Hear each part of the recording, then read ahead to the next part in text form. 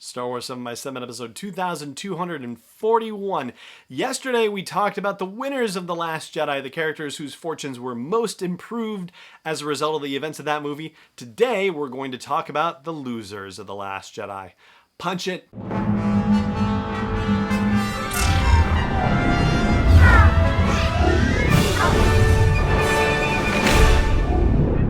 Hey Rebel Rouser, I'm Alan Voivod, and this is Star Wars 7 by 7, your daily dose of Star Wars joy, and thank you so much for joining me for it. So, the losers of The Last Jedi, the characters whose fortunes were worsened by the events of the movie. That's what we're going to be talking about today, and we're going to start with a character who appeared on the losers list for The Force Awakens, so things are really not going well for this character, and that is Maz Kanata. So, when we last saw Maz in The Force Awakens, her castle had been destroyed by the First Order, and we thought, all right, yeah, she's been a pirate for who knows how long. She's 1,000 years old. She'll be all right. Obviously it's awful that her castle is destroyed, and she's going to have to deal with the fallout from that. But for the brief time that we see her in The Last Jedi, she is in the middle of a labor dispute. I mean, really? A labor dispute? That's at least how she is categorizing it. And this labor dispute involves blasters and jetpacks and all that. So,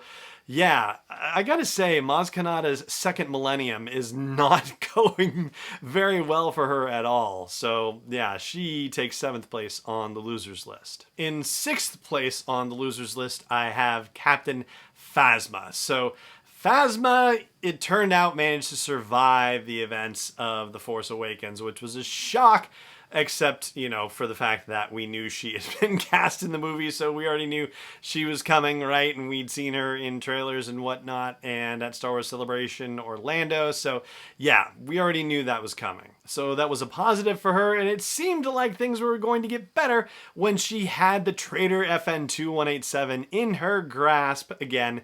But it all went to heck, and not only did she not have the opportunity to make FN-2187 pay for his crimes, but he actually managed to best her, and the last we see of her, she is falling down a fiery pit. I have to say that I thought that there was a chance she would actually survive that too. I mean, she survived the events of The Force Awakens, the presumption of having been stuffed down a garbage chute into a trash compactor. So yeah, I thought she might be able to survive this as well. But I mean, it's an even worse fate, comparatively speaking, than what she was subjected to in The Force Awakens. Now, we don't do this too often, or we didn't do it too often in the previous episodes for winners and losers, but there's a joint award for the number 5 spot, and that is Resistance leadership. So it was bad enough that the New Republic leadership was all destroyed in The Force Awakens. There was precious little in the way of leadership left for the Resistance by the time The Last Jedi starts off. And by the end of it, it's pretty much all but wiped out, including the late lamented Admiral Akbar, who was blown out of the command center with the attack by Kylo Ren's wingmates on the Raddus. But it wasn't just Admiral Akbar, it was pretty much the entire senior staff that was blown out of the bridge by that attack from Kylo Ren's wingmates, and Vice Admiral Holdo later on is lost as well. So pretty much the entire Resistance leadership is whittled down to just General Leia Organa. So the rest of the Resistance leadership, yeah, that's a bad day. Now, yesterday when we were talking about the winners from The Last Jedi, we noted that with middle movies in Star Wars trilogies, these victories don't necessarily come cleanly, right? There's a cost. There's a price to be paid. There is, a little bittersweet note, a minor key note in with the major key success. And by the same token, for the losses that happen in middle movies, there tends to be some sort of silver lining, tends to be some sort of shot at redemption, but there is a lot of negative that happens and just, a little bit of positive that helps to, kind of at least add a ray of hope, if you will, to the proceedings. And so one of those characters where it happens like that is number 4 on the list, and that is Luke Skywalker. So from his perspective, he went to that island to die. He means to be left alone until he keels over, and he does not get that wish. So already things are not going his way. And he is resistant to Rey, even though he manages to teach her a thing or two about the Force or about the Jedi. You know, he ultimately does not go along with her entreaties to come back to the Resistance and support his sister in her fight against the First Order. And when he refuses the final call that Rey gives him, he decides, all right, that's it. I'm just going to burn this Jedi library tree down and be done with it all. And can't manage to convince himself to do it, so Yoda burns it down for him anyway. And he is just appalled. He, of course, doesn't know that the books have been taken by Rey, but he is appalled and horrified. And Yoda has to give him the bad news that he didn't impart all the lessons that he was supposed to impart to his students, particularly the lessons about failure and about it being one of the most powerful teachers. So yeah, there's a lot of failure for Luke, not just in his past history, but also in The Last Jedi. But he is able to do one final redemptive thing, which is able to save the lives of what little that remains of the Resistance. Now, someone else who also has a wealth of bad experiences but still has a redemptive moment is in the number 3 spot on the losers list, and that is Poe Dameron. So his story starts out pretty good, at least for him. Like, he is very excited about the fact that he was able to lead an attack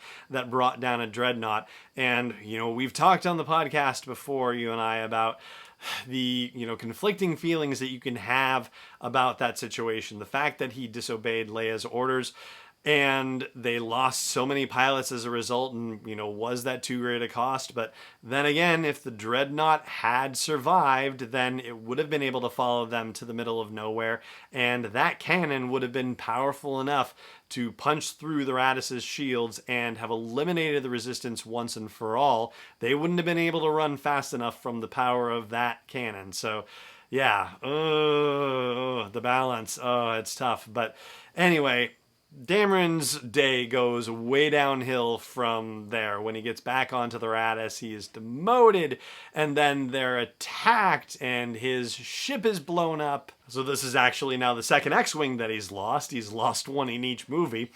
And he, you know, sidelined by the new commanding officer, gets so antsy that he actually cooks up essentially a treasonous plot to overthrow his commanding officer and mutinies against her eventually, authorizes a need-to-know mission that she doesn't need to know about, which goes horribly awry and ends up exposing the Resistance so that the few forces that survived get wiped out even further. I believe there were 30 transports that launched from the Raddus, and only 6 of them actually made planetfall on Crate. Now, was that entirely directly his fault? You know, like circumstantial, and, you know, Finn and Rose having the conversation and not keeping an eye on DJ and making sure he wasn't listening. So yeah, there's a little blame to go around, but ultimately I think this one kind of lands at Poe's feet, because Rose and Finn would never have been with DJ if he hadn't sent him off on this mission,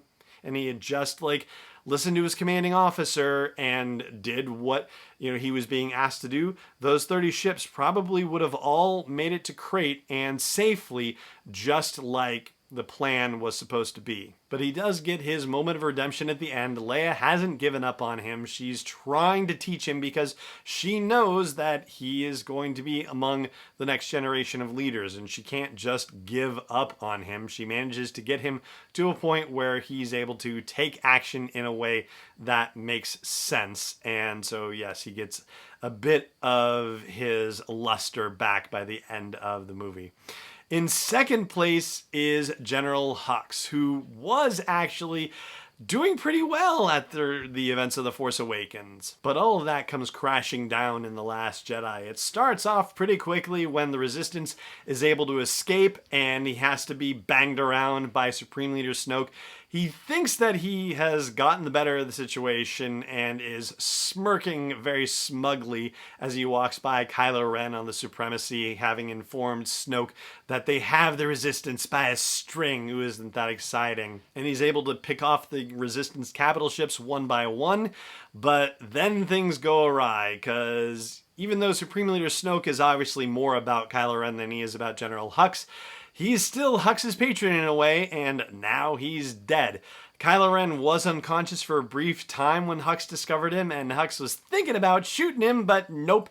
Kylo Ren woke up too late, Huxy, and then got choked for his trouble and put into his place. So now he is no longer the top dog, at least second in command in the First Order. You know, being second in command in the First Order under Supreme Leader Snoke actually meant something cool.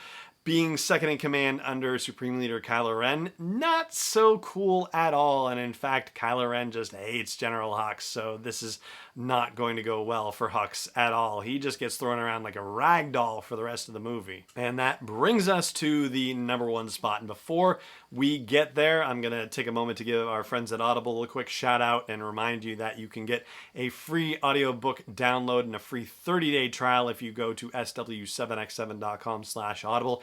Hey, you're listening to podcasts, so it stands to reason that you might like to listen to a Star Wars story well told with the full production, like sound effects, music, and great narrators who do fantastic voices for the characters.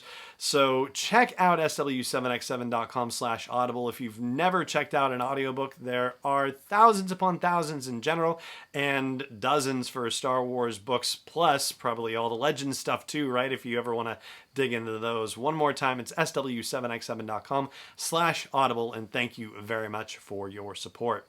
All right, so the #1 loser in The Last Jedi has to be, at least for me, Supreme Leader Snoke. And as with this or any of the other winners and losers episodes, if you have a different list, if you want to mix up the order of losers, if you want to swap losers in and out, let me know what you think at sw7x7.com or wherever there are comments for wherever you catch a note about this episode on social media. So Supreme Leader Snoke thinks that he has everything in his grasp, right? The Resistance is about to be wiped out. He has the Last Jedi's pseudo-apprentice, right? You know, the person who could possibly have kept the fire of the Jedi alight in the galaxy in his grasp.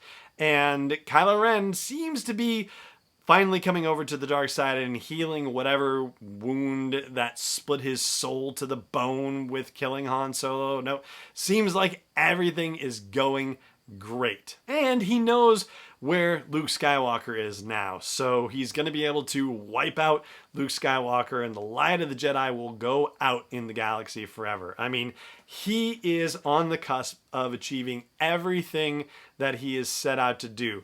And to be betrayed by Kylo Ren so mercilessly, so surprisingly, oh, how the mighty fall, especially when they are cut in half. Now, the last time we saw a dark side Force user cut in half like that, he managed to survive in garbage pits for more than a decade and come back to be a terrible menace to the Jedi. So yeah, that's not going to happen with Supreme Leader Snoke at all, because there's nobody there to put him back together again. So that is the end of Supreme Leader Snoke. Right as he's about to achieve everything, he loses it all, and that's what puts him at the top of the losers list for the characters in The Last Jedi. And that is going to do it for this episode of the show. Thank you so much for joining me for it, as always, and may the Force be with you wherever in the world you may be. Star Wars 7x7 is not endorsed or sponsored yet by Lucasfilm Limited, Disney, or 20th Century Fox, and is intended for entertainment and information purposes only. Star Wars, the Star Wars logo, all names and pictures of Star Wars characters, vehicles, and any other Star Wars-related items are registered trademarks and/or copyrights of Lucasfilm Limited or their respective trademark and copyright holders. May the Force be with them. All original content is copyright 2020 by Star Wars 7x7. We hope you love it.